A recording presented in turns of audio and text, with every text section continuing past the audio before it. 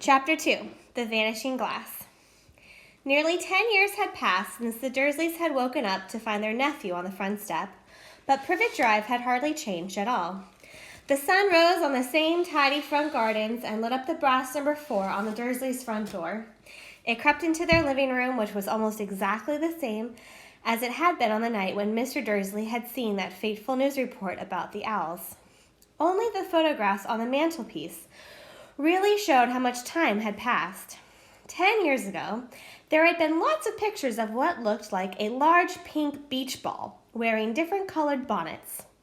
But Dudley Dursley was no longer a baby, and now the photograph showed a large blonde boy riding his first bicycle, on a carousel at the fair, playing a computer game with his father, being hugged and kissed by his mother.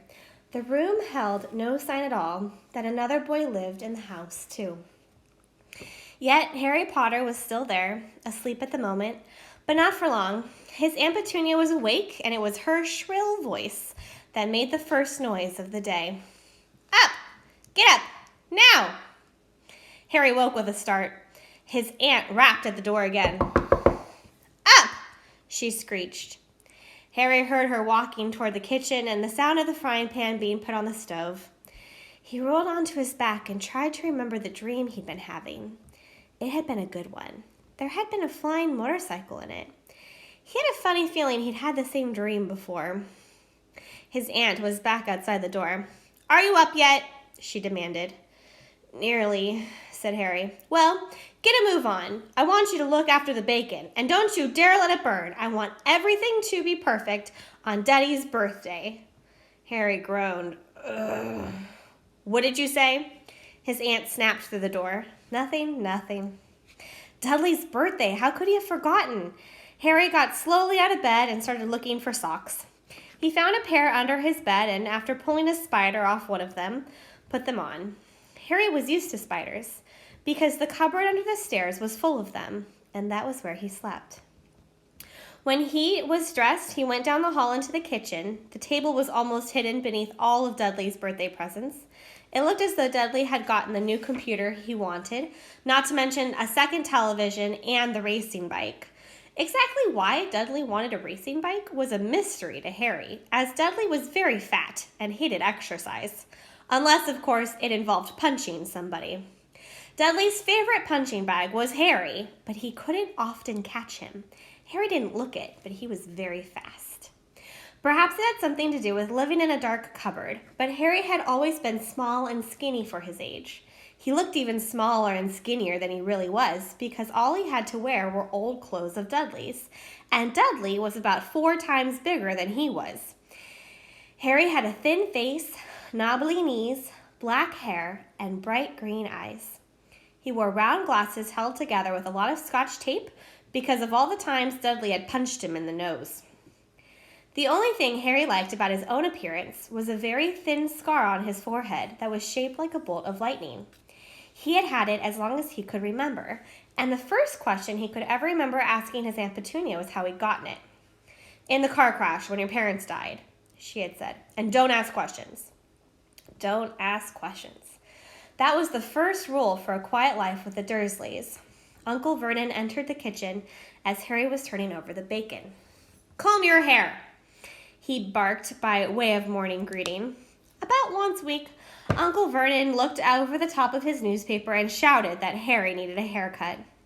Harry must have had more haircuts than the rest of the boys in his class put together, but it made no difference. His hair simply grew that way, all over the place.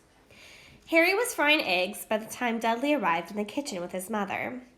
Dudley looked a lot like Uncle Vernon. He had a large pink face, not much neck, small watery blue eyes, and thick blonde hair that lay smoothly on his thick, fat head.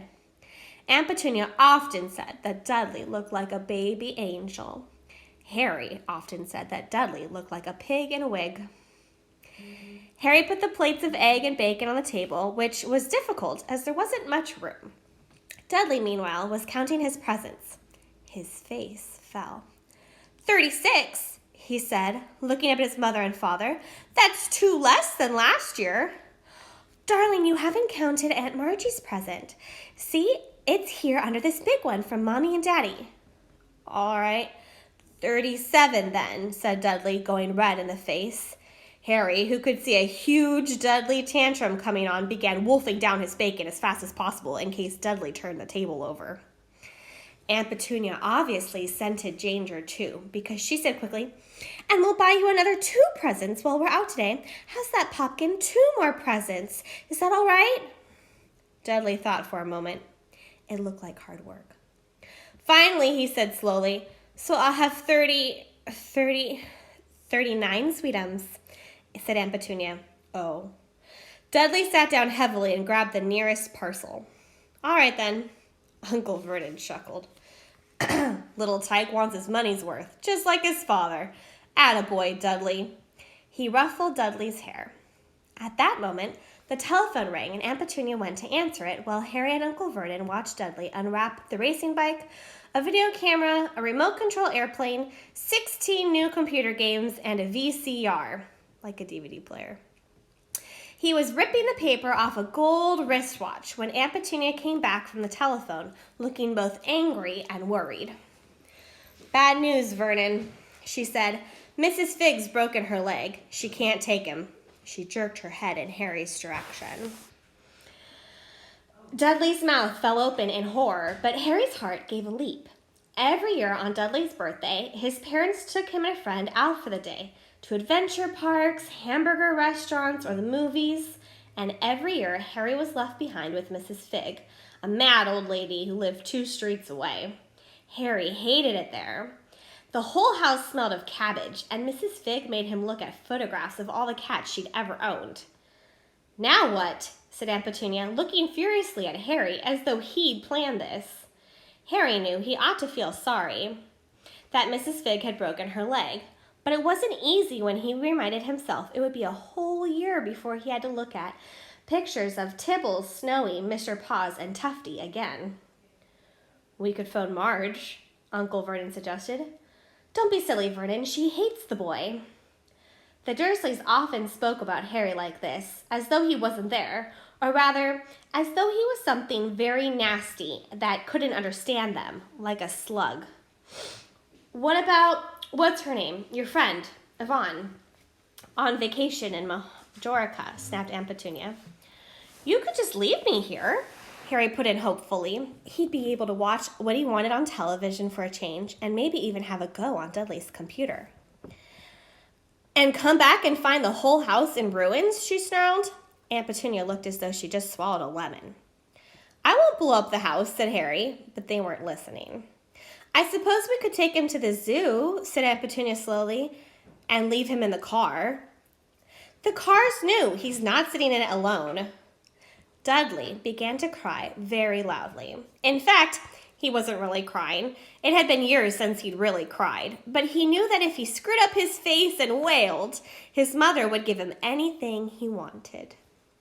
"Dinky Duddy Dubs, don't cry. Mommy won't let him spoil your special day," and she cried, flinging her arms around him.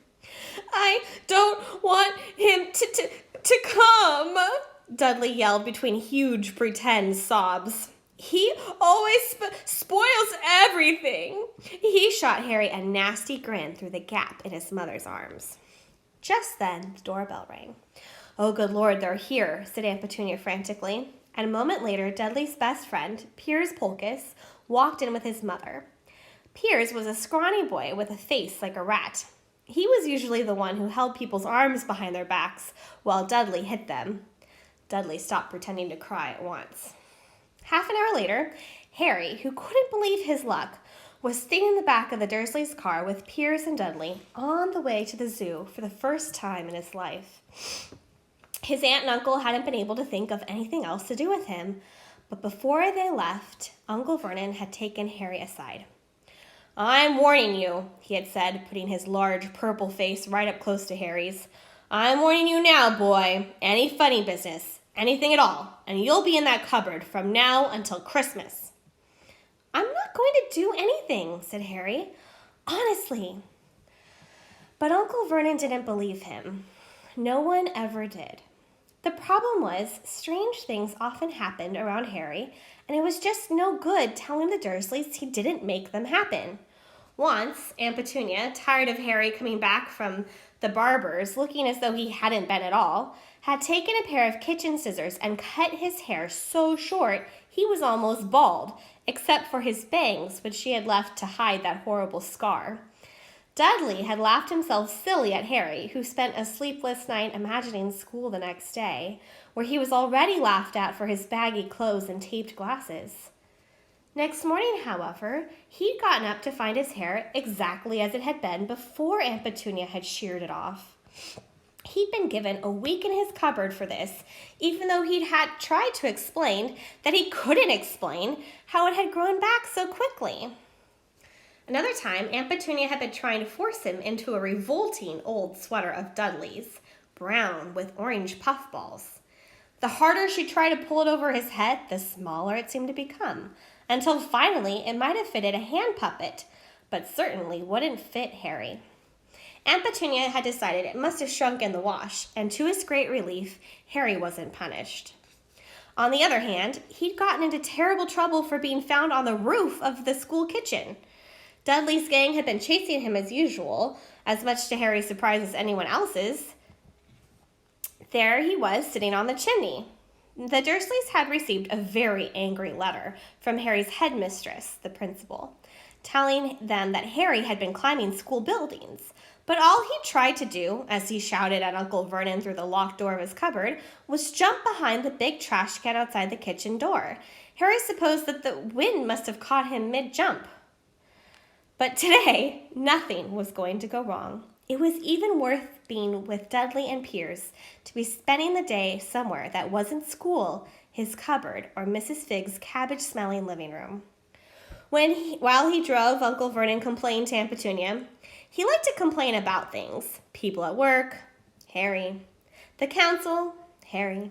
The bank, and Harry were just a few of his favorite subjects. This morning, it was motorcycles. Roaring along like maniacs, the young hoodlums, he said, as a motorcycle overtook them. I had a dream about a motorcycle, said Harry, remembering suddenly. It was flying. Uncle Vernon nearly crashed into the car in front. He turned right around in his seat and yelled at Harry, his face like a gigantic beet with a mustache. Motorcycles don't fly! Dudley and Piers sniggered.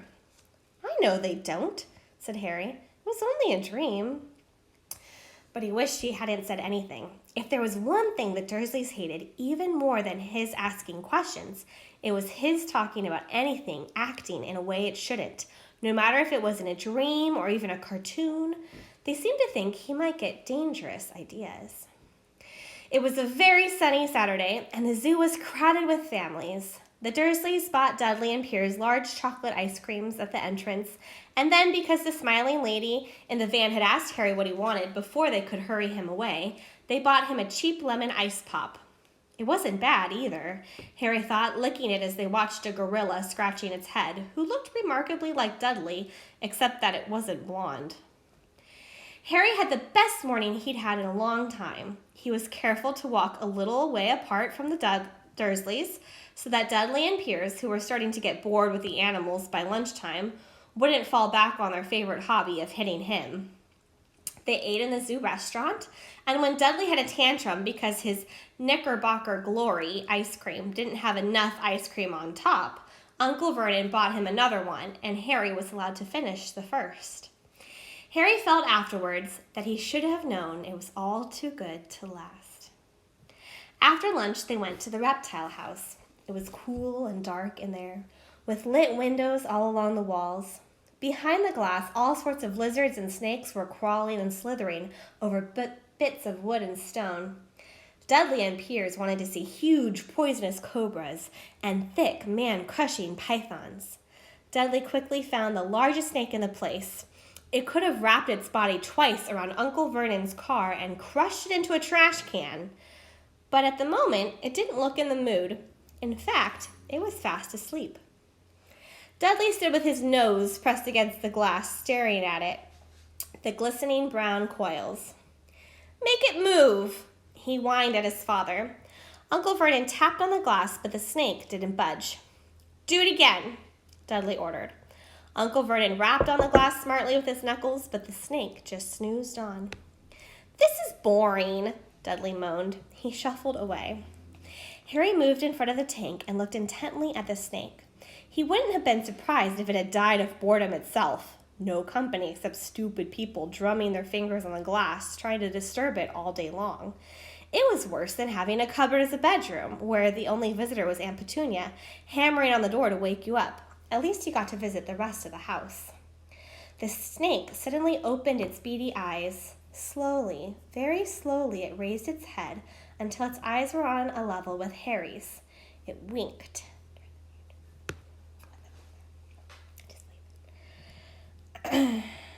Harry stared. Then he looked quickly around to see if anyone was watching. They weren't. He looked back at the snake and winked, too. The snake jerked its head toward Uncle Vernon and Dudley, then raised its eyes to the ceiling. It gave Harry a look that said quite plainly, "I get that all the time." "I know," Harry murmured through the glass, though he wasn't sure the snake could hear him. It must be really annoying. The snake nodded vigorously. "Where do you come from, anyway?" Harry asked. The snake jabbed its tail at the little sign next to the glass. Harry peered at it. "Boa constrictor, Brazil." "Was it nice there?" The boa constrictor jabbed its tail at the sign again, and Harry read on. "This specimen was bred in the zoo." "Oh, I see. You've never been to Brazil." As the snake shook its head, a deafening shout behind Harry made both of them jump. "Dudley! Mr. Dursley! Come and look at this snake! You won't believe what it's doing." Dudley came waddling toward them as fast as he could. "Out of the way, you!" he said, punching Harry in the ribs. Caught by surprise, Harry fell hard on the concrete floor. What came next happened so fast, no one saw how it happened. 1 second, Piers and Dudley were leaning right up close to the glass. The next, they leapt back with howls of horror. Harry sat up and gasped. The glass front of the boa constrictor's tank had vanished.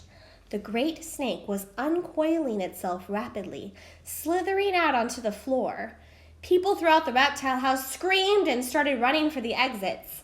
As the snake slid swiftly past him, Harry could have sworn a low hissing voice said, "Brazil, here I come. Thanks, amigo."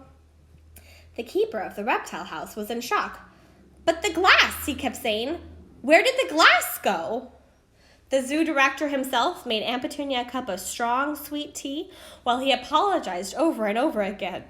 Piers and Dudley could only gibber. And as far as Harry had seen, the snake hadn't done anything except snap playfully at their heels as it passed. By the time they were all back in Uncle Vernon's car, Dudley was telling them how it had nearly bitten off his leg, while Piers was swearing it had tried to squeeze him to death. But worst of all, for Harry at least, was Piers calming down enough to say, "Harry was talking to it, weren't you, Harry?" Uncle Vernon waited until Piers was safely out of the house before starting on Harry. He was so angry he could hardly speak. He managed to say, "Go, cupboard, stay, no meals," before he collapsed into a chair and Aunt Petunia had to run and get him a large brandy. Harry lay in his dark cupboard much later, wishing he had a watch. He didn't know what time it was, and he couldn't be sure the Dursleys were asleep yet. Until they were, he couldn't risk sneaking to the kitchen for some food. He'd lived with the Dursleys almost 10 years. 10 miserable years, as long as he could remember. Ever since he'd been a baby and his parents had died in that car crash. He couldn't remember being in a car when his parents died. Sometimes when he strained his memory during long hours in his cupboard, he came up with a strange vision. A blinding flash of green light and a burning pain on his forehead. This, he supposed, was the crash, though he couldn't imagine where all the green light came from. He couldn't remember his parents at all. His aunt and uncle never spoke about them, and of course he was forbidden to ask questions. There are no photographs of them in the house. When he had been younger, Harry had dreamed and dreamed of some unknown relation coming to take him away, but it never happened. The Dursleys were his only family. Yet, sometimes he thought, or maybe hoped, that strangers in the street seemed to know him. Very strange strangers they were, too. A tiny man in a violet top hat had bowed to him once while out shopping with Aunt Petunia and Dudley.